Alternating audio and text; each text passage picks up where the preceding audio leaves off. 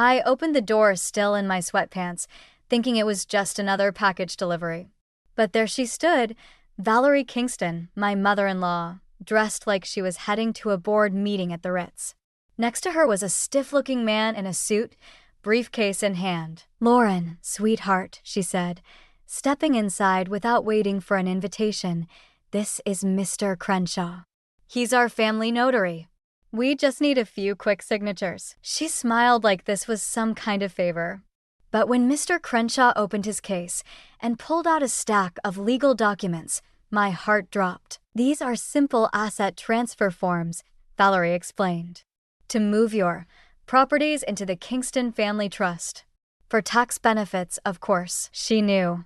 Somehow, she knew about the 3 apartments I inherited from my grandmother, the inheritance I'd never told anyone about.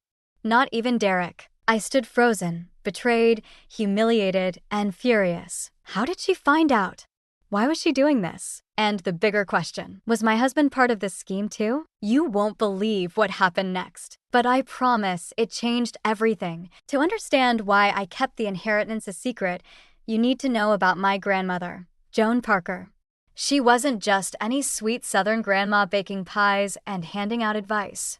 She was sharp, independent, and financially savvier than most Wall Street guys I'd met. After my grandfather passed in the early 70s, everyone expected her to remarry or move in with her kids. Instead, she took a bookkeeping job at a real estate firm in Charleston and quietly began buying up properties in neglected neighborhoods. Over decades, those forgotten streets became prime real estate. By the time she passed, she had built a small portfolio worth over $2.5 million. I was her only grandchild, and her favorite not because I was special, but because I listened. I was there with her during chemo, through the worst of it. She never made a big deal of her wealth.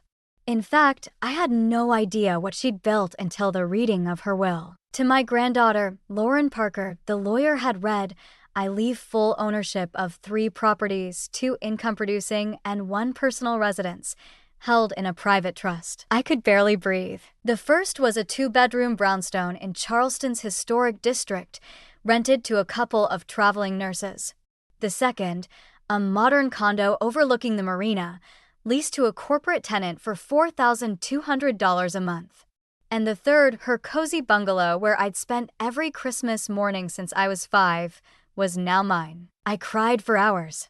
Not for the money, but for the weight of her trust. And that's why I didn't tell anyone, not my friends, not my coworkers, and especially not Derek. Not because I didn't trust him, but because I wasn't ready to see him differently. I'd seen what money did to people.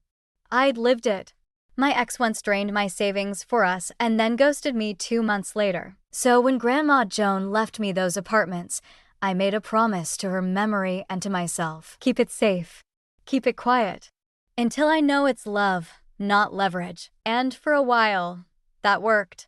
Until Derek proposed. And I said yes. Derek Kingston swept into my life like something out of a movie, handsome, confident, and devastatingly charming. We met at a networking brunch in Charleston hosted by a local business group. He was giving a talk on branding for nonprofits. I was there for the free mimosas. He struck up a conversation with me over burnt bagels and lukewarm coffee. Within 10 minutes, we were arguing playfully about the worst font in publishing. He said Comic Sans. I said papyrus. We agreed both were crimes. From there, it moved fast. Within weeks, we were inseparable. He'd surprise me with takeout from my favorite Thai spot, remembered obscure authors I loved, and never once made me feel like I was too serious about my job. For the first time in years, I felt seen. He told me early on that his family was comfortably upper middle class, which I later learned was code for generational wealth with a trust fund buffer. His dad, Stephen Kingston, had founded Kingston and Hartwell, a boutique marketing agency in Connecticut that served mostly political clients and luxury brands. His mom, Valerie Kingston, came from old money, the kind that didn't talk about money, but made sure you knew they had it. Derek was the golden child. Yale educated, polished, articulate, The type of guy who wore cufflinks to brunch, but also knew how to hold a baby or fix a leaking sink. I fell hard, but even as our relationship grew, I kept the apartments to myself. He knew I lived in my late grandmother's bungalow.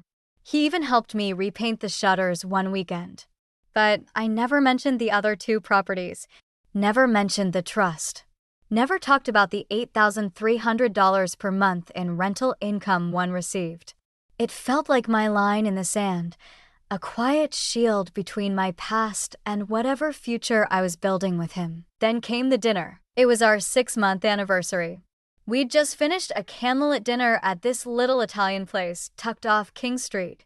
That's when Derek pulled out the ring. I wasn't expecting it. But when I looked at his face, scared, hopeful, completely vulnerable, I didn't hesitate. I said yes. That's also when things shifted. Suddenly, everything became a shared conversation, where we'd live, how we'd merge our schedules, who we'd invite to the wedding. I should have felt giddy. Instead, I felt tense, because every time we talked about our future, there was a part of me I was still keeping hidden. And then came the introduction to Valerie. The woman made Martha Stewart look casual. She opened the door to their Greenwich estate wearing pearls and a navy blue sheath dress like we were filming a campaign ad. She kissed both my cheeks, scrutinized my shoes, and within 10 minutes had asked me, "So, where does your family summer?" I wanted to laugh. Instead, I said, "We don't. Unless you count backyard barbecues in Asheville." She smiled. Tight. Sharp. And I knew right then, this woman wasn't just a proud mother. She was a gatekeeper. A strategist. Someone who viewed marriage as a merger, not a romance. And if she ever found out about the apartments, she'd never let it go. That night, I couldn't sleep. I'd said yes to Derek, but I hadn't yet said yes to everything that came with him. And that included Valerie Kingston, a woman who, I would soon learn, never played fair. Our wedding was beautiful. A cool September afternoon in Charleston, sunlight spilling through the windows of the art museum we rented out. My compromise after Valerie scoffed at the idea of marrying in my grandmother's backyard. She insisted the Kingston family had always married at the Greenwich Episcopal Cathedral, followed by a reception at the Meadowlark Club. When I hesitated, she smiled and said, "Tradition is what keeps families strong." Derek, bless his heart, just wanted me to be happy. He didn't push either way. So we ended up somewhere in the middle, a historic, elegant venue with a price tag that didn't make me nauseous. Still, little by little, Valerie inserted herself into everything. The florist? Handpicked by her. The band? She strongly suggested a quartet instead of the sole band we wanted. The wedding planner? Her neighbor's daughter, a sweetheart with excellent taste. And the guest list? Let's just say more people called me Lauren, darling, than actually knew who I was. At one point, when I suggested we trim down the head count, she looked me dead in the eye and said, "This isn't just your wedding, dear. It's a Kingston family event. Presentation matters." I swallowed the insult with a tight smile and nodded. But I started to feel like a guest at my own wedding. After we said "I do," I thought things would calm down. They didn't. Derek and I moved into my grandmother's bungalow, now our home, and I paid for the renovations with income from the other 2 properties. Quietly, of course. Derek assumed it was savings, and I didn't correct him. I wasn't lying. I just wasn't ready. He sold his sleek bachelor loft in downtown Charleston and used part of that to redo our kitchen. It was a good arrangement. Balanced. Until Valerie began visiting. At first it was innocent. A pop-by to drop off some bath towels she thought we'd like. Then a few new throw pillows to brighten up the palette. A set of hand towels with our monogram that I hadn't asked for. A decorative sculpture for the foyer. A kitchen gadget I'd never use. Always with a smile. Always wrapped in luxury packaging. And always followed by a casual observation like, "I noticed your curtains are a bit thin. Privacy is so important these days." Or, "Have you thought about refinishing the floors?"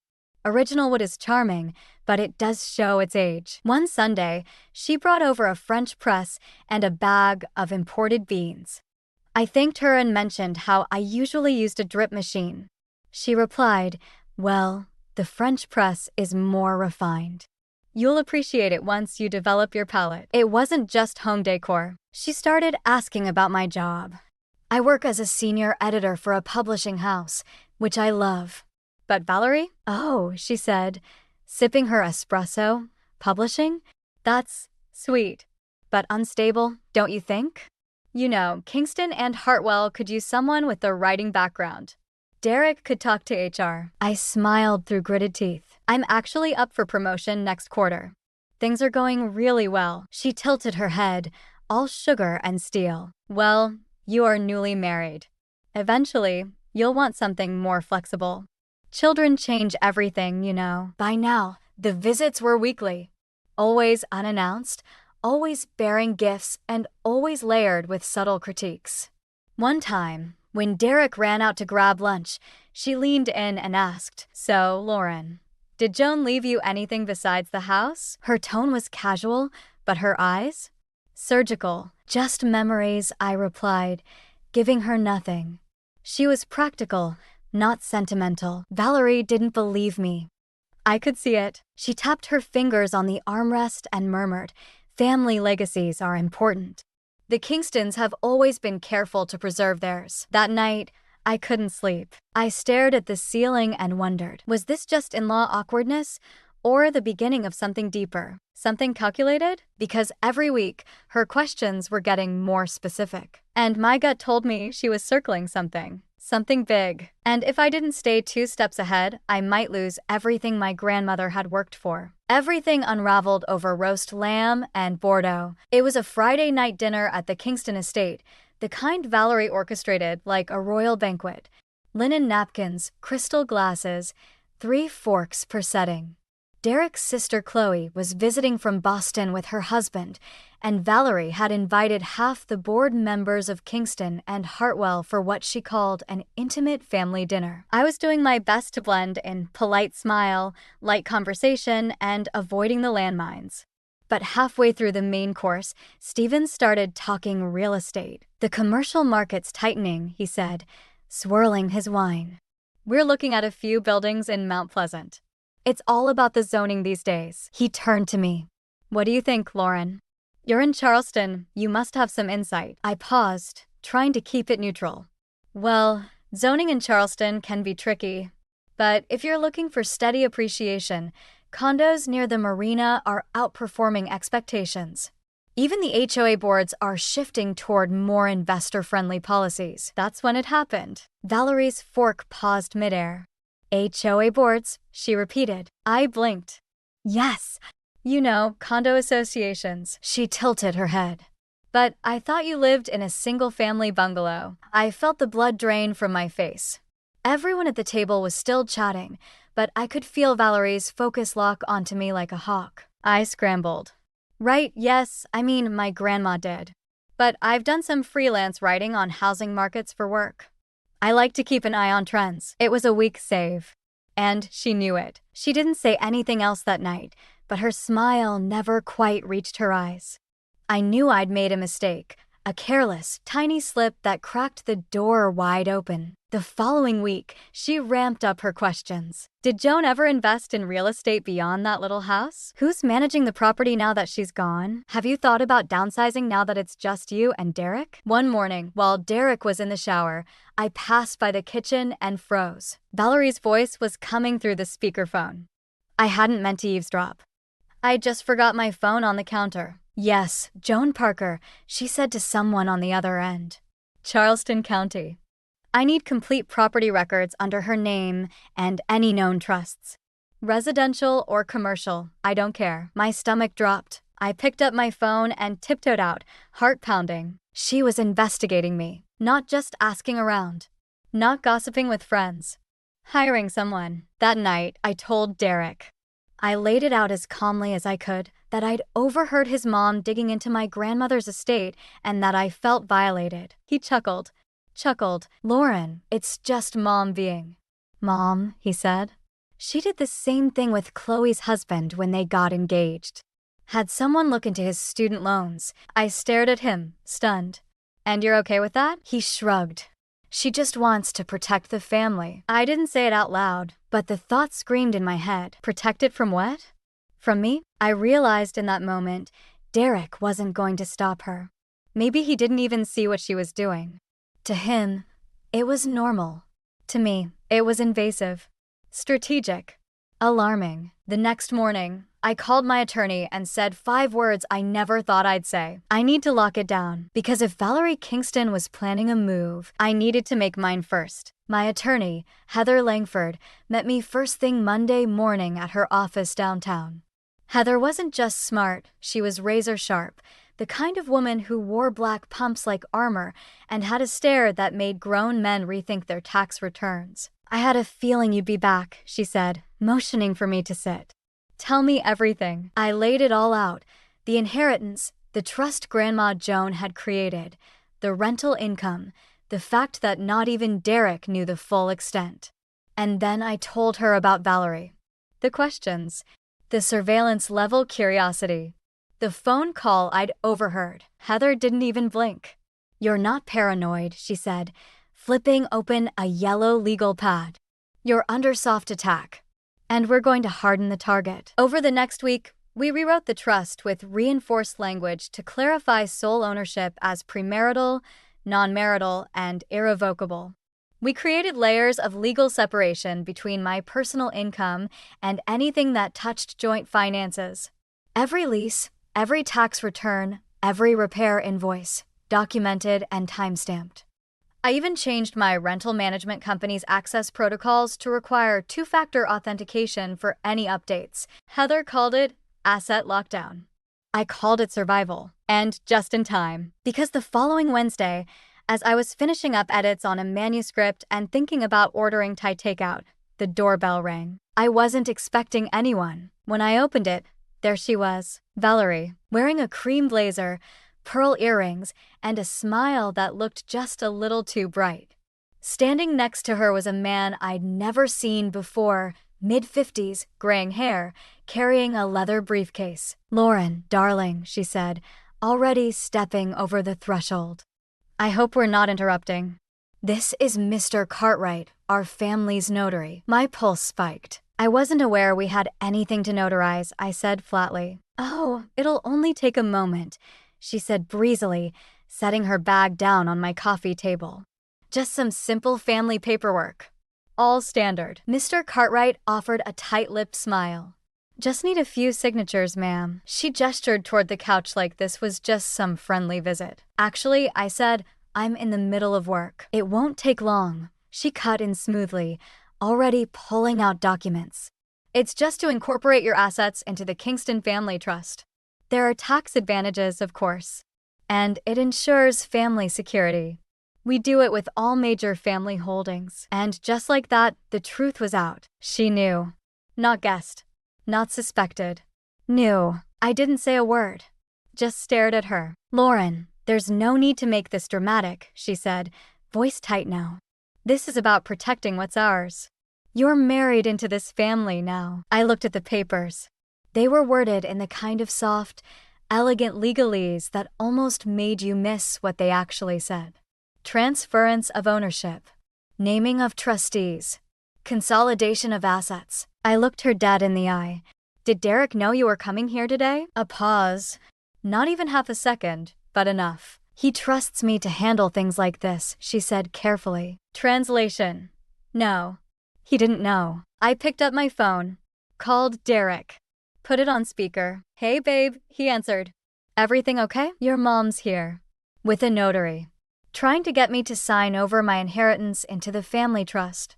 Did you know anything about this? A long silence. What inheritance? He asked, confused. And Valerie, God bless her, didn't even flinch. Oh, sweetheart, she said, leaning toward the phone. I was just helping Lauren understand the benefits. It's all about managing things smartly. 3 properties. A paid-off marina condo. A historic rental downtown. A bungalow that meant everything to me, and she wanted them, all of them. When Derek hung up, abruptly Valerie stood, gathering her things like nothing had happened. You're making this harder than it needs to be, she said, cold now. Family unity requires shared vision. Your secrecy is concerning. I didn't flinch. My financial independence isn't a threat to your family. But your manipulation? That is. She narrowed her eyes. You'll regret this. I smiled.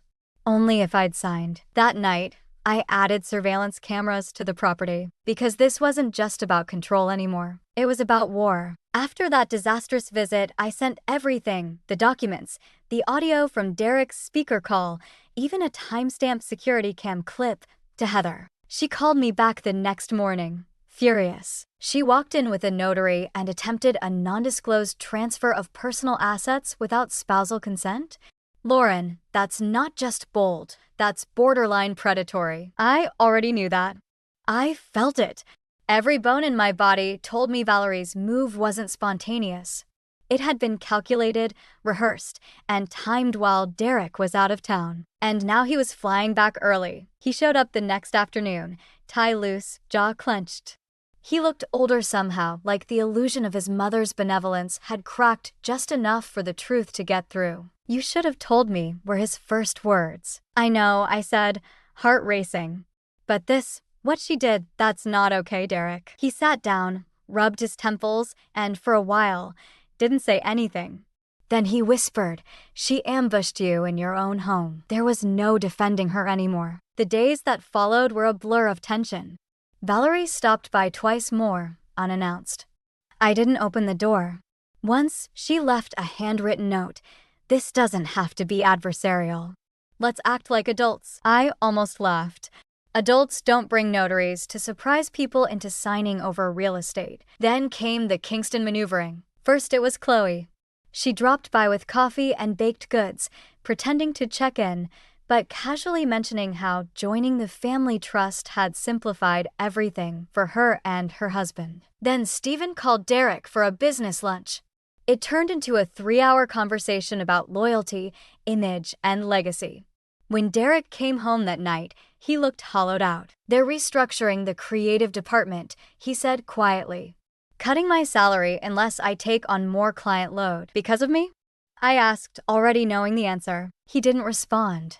He didn't have to. It was clear now. They were tightening the screws on him, through me. And yet, even with the pressure, Derek didn't back down. In fact, something in him shifted. I had a long talk with Uncle Nate. He told me one night. You know why his wife left the family business? Because Mom tried the same thing, pushed to have her family ranch folded into the trust. When they refused, our company stopped using Uncle Nate's shipping contracts. Tanked their cash flow. I stared at him. She's done this before? He nodded. Multiple times. My whole life, I thought she was just protective. Turns out she's a damn strategist. That was the moment I knew. This wasn't just about real estate or taxes or family unity. This was about power. And Valerie Kingston didn't care how she got it. Derek and I sat down that night and drafted a new agreement.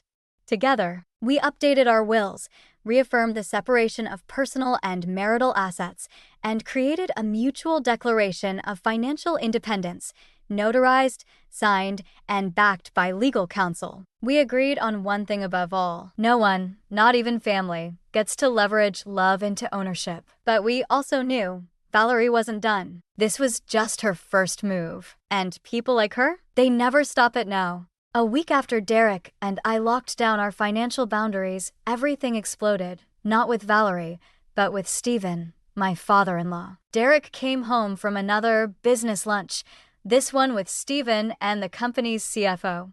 His face was pale, jaw locked tight. They're in trouble, he said. How bad? I asked. He sat down heavily. Dad made a series of high-risk investments, crypto startups, real estate flips in Nevada, even a private golf resort project in Utah. All of it tanked. I blinked.